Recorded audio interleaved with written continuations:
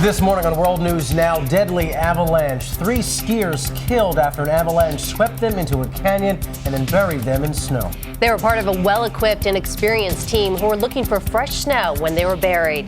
It's Monday, February 20th. From ABC News, this is World News Now.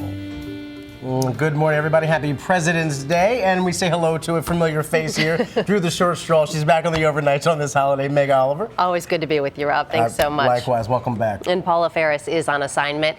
And we're going to start off with that deadly news. The avalanche in the Cascades outside Seattle could have been even deadlier.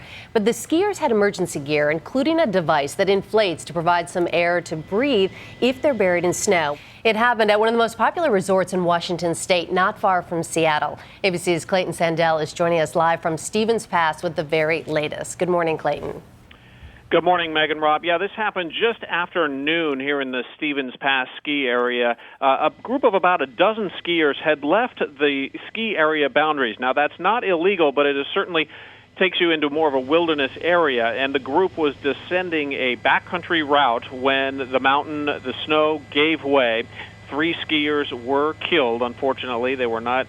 They were dug out of the snow, but they could not be revived. Now, one of the skiers in that group was actually Megan Michelson, who is ESPN's free skiing editor. She was skiing with the group and reports that the mountain gave way and the people who were trapped were carried between 2,000 and 3,000 vertical feet down the mountain.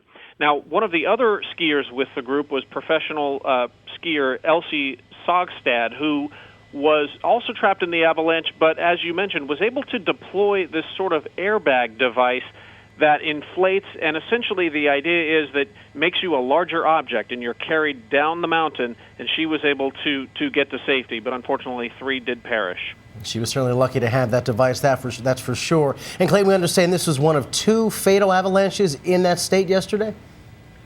That's right. Unfortunately, about 2 hours south of here, in a section of Snoqualmie Resort, there was a snowboarder who was also killed Sunday after triggering an avalanche. He, as we understand, was swept into an avalanche and off the side of a cliff when he was killed. And Clayton, were there warnings to skiers about avalanches because of the weather conditions? It's been so warm this winter.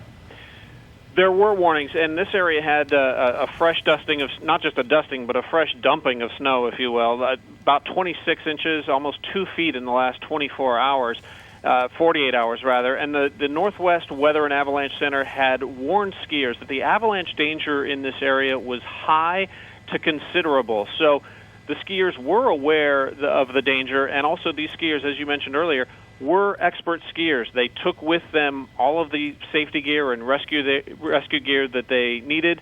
They were aware of the risk. All right. Thanks to ABC's Clayton Sandell reporting live from Stevens Pass, Washington.